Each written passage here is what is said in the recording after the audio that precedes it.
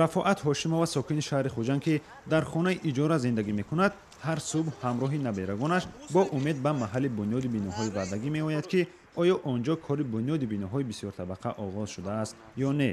соҳибони ин манзилҳо дар хиёбони раҳмон абиеви шаҳри хуҷанд беш аз 30 оила ҳудуди ним сол аст дар хонаҳои иҷора зиндагӣ доранд. мақомоти рамоҳи соли гузашта манзилҳои онҳоро бо ваъдаи он ки пас аз 1 сол ба онҳо калиди дари хона дар биноҳои бисёртабақаро медиҳад хароб карда буд, вале бо гузашти ним сол ҳатто ҷои таҳкурсии биноҳои бисёртабақа гузошта нашудааст.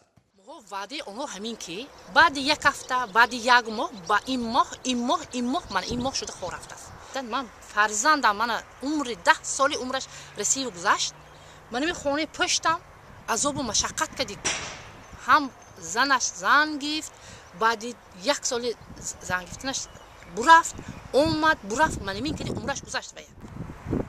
тарҳи бунёди шаҳраки нав Чайнатаун дар маркази шаҳри хуҷанд моҳи августи соли гузашта зимни мулоқоти раиси пештараи шаҳри хуҷанд мудири кулли ширкати Пекин ва гурӯҳе аз меъморону сохтмончиёни чинӣ ниҳоӣ шуда буд. бар пояи хабарҳои расмӣ тибқи қарордод тарҳи ин шаҳрак бунёди 15 бинои бисёртабақа барои 1200 оила, мактаби 4 ошиёна ва дигар иншооти иҷтимоиро дар бар мегирифт ва муҳлати анҷоми он дар 5 сол эълон шуда буд.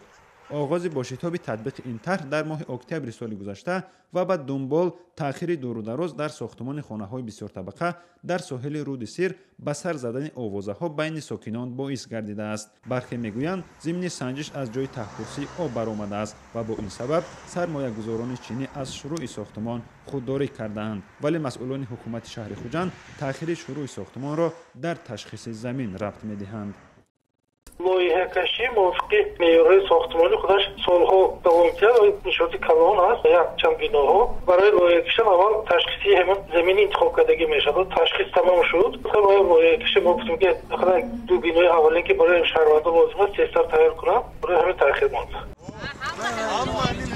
масъулони ҳукумати шаҳри хуҷанд мегӯянд, дар навбати аввал дар моҳи майи соли ҷорӣ сохтмони аввалин биноҳо шурӯъ хоҳад шуд. дар марҳилаи аввал дар ҳудуди 1.5 гектар 7 бинои 12 ва 16 ошиёнаи муосир бунёд шуда ва таҳхонаи онҳо қароргоҳи автомобил, ошиёнаи дуюм мағозаву фурӯшгоҳҳо ва дигар иншооти иҷтимоӣ ҷойгир хоҳанд шуд.